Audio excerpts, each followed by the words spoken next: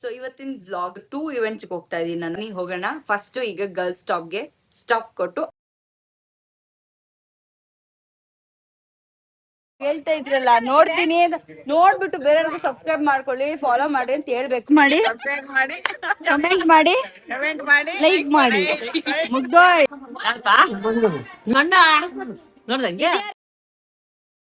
So first ಬಂದು ಸ್ಯಾರಿ ತಗೊಂಡೆ.